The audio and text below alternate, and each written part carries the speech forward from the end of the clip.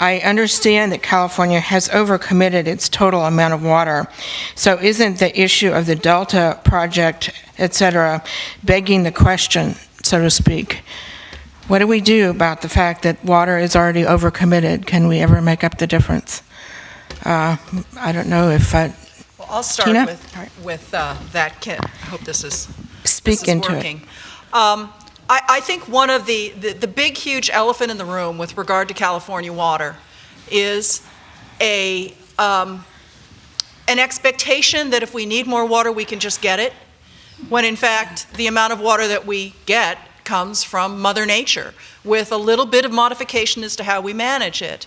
And so I think one of the limitations to the current planning processes that we're dealing with is basically ignoring this particular issue, that it's a finite and variable supply, and we should be managing that. We should be planning to manage for that, not planning to manage to meet demand.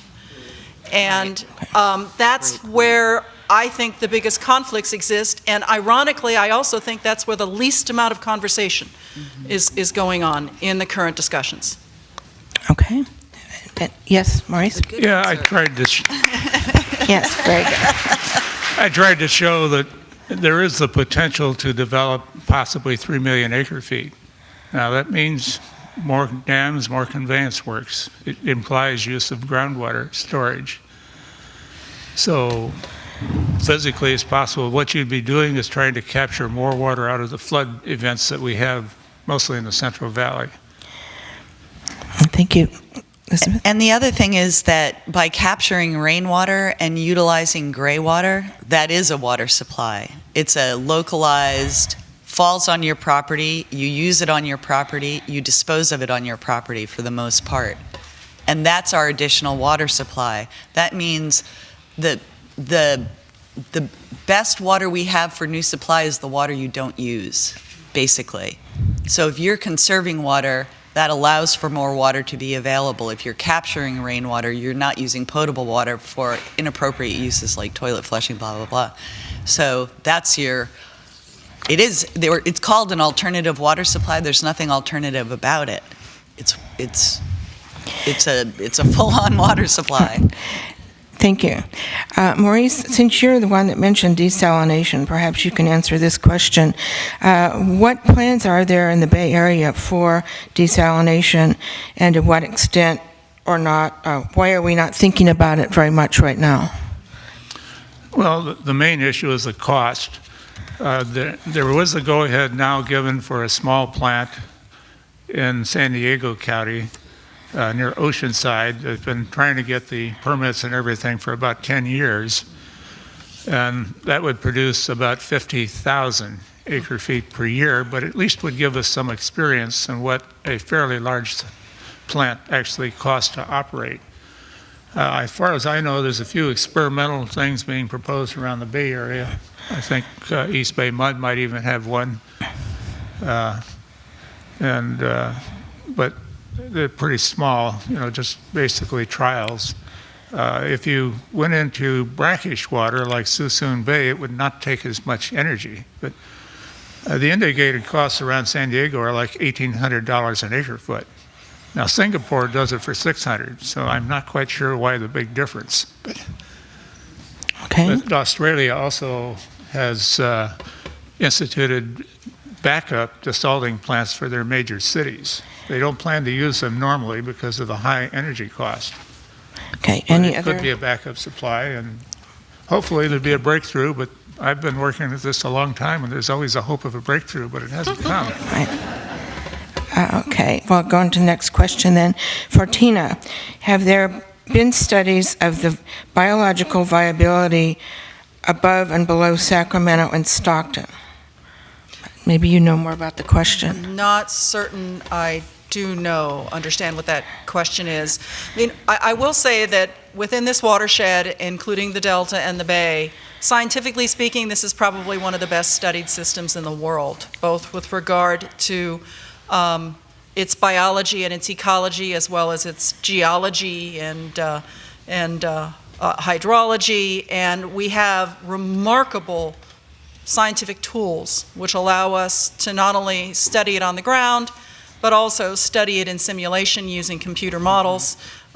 We really have a remarkable set of tools, and we actually have a pretty good understanding of the big issues in this system.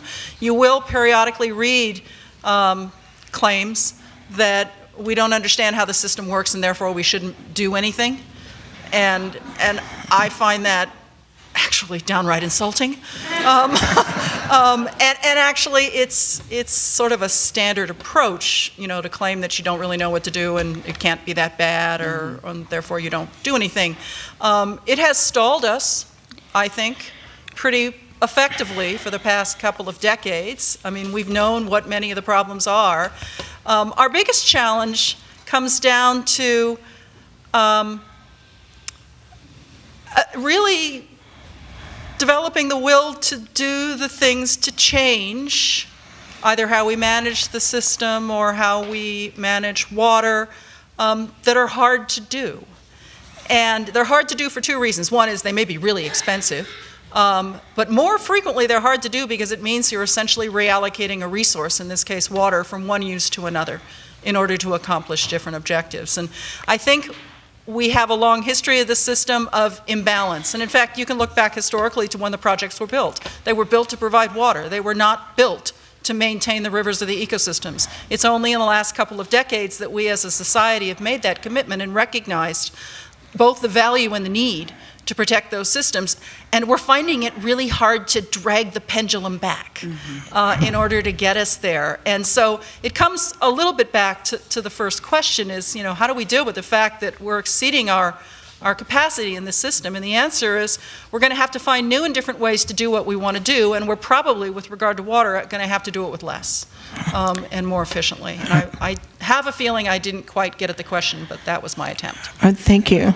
Here's a question for Elizabeth. It appears that recycling wastewater will save more water in the state than the slow spread sink doctrine. Please comment and also explain the difference between gray water and black water. Okay, I'll do gray water, black water first because that's really simple. Black water is really sewage water, okay? It's water that is being contaminated with feces. And gray water is water that comes out of a source like your bathroom sink, your shower and tub, in California it's not allowed, but in other places your kitchen sink and also your washing machine. Black water, gray water. Black water, I never call wastewater because there's nothing about it that's waste except for that it gets wasted, right?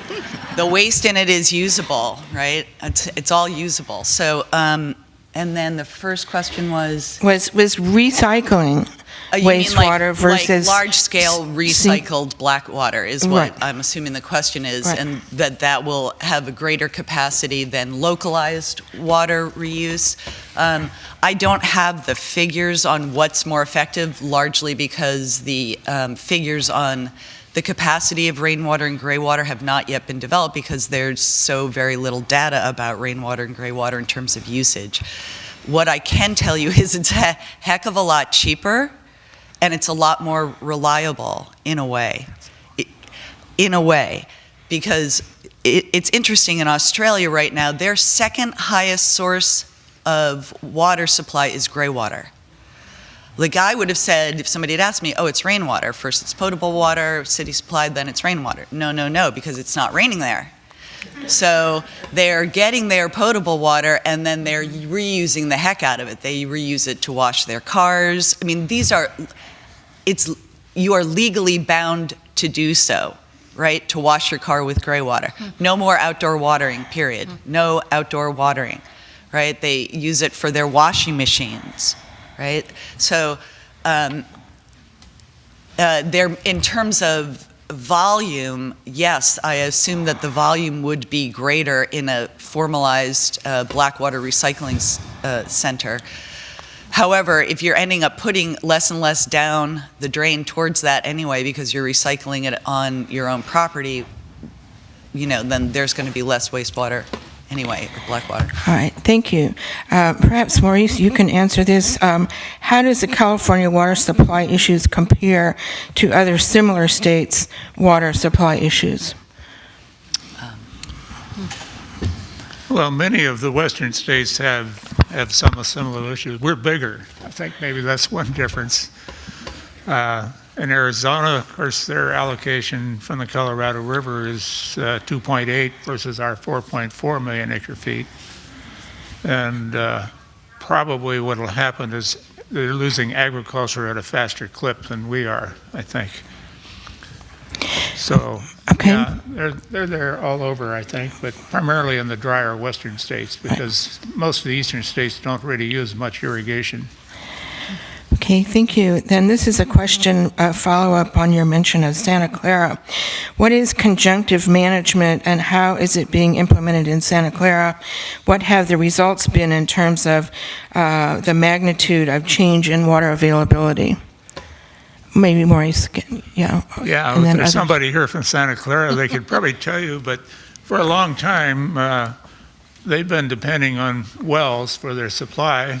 Initially, in the 30s already, they built reservoirs in the foothills to store the flood freshets and to let it down slowly to percolate. So whenever they can get water from the Central Valley or locally, or even some maybe from Hetch Hetchy, they will put some of it underground. It does not always have to be done directly. Sometimes you can switch a major water user from surface to groundwater pumping. So if a surface water is available, he'll use that and allow the groundwater to recover. But it's been practiced there, I think, for about 60 years already. All right. And the Southern San Joaquin Valley does a lot of this too, where they catch some winter flood water if it comes and spread it out into spreading basins and recharge their groundwater, but they just don't have enough import. I mean, the local supply is far below what their demands are. Thank you. I think we're going to have to conclude the questions at this point. Thank the panel again.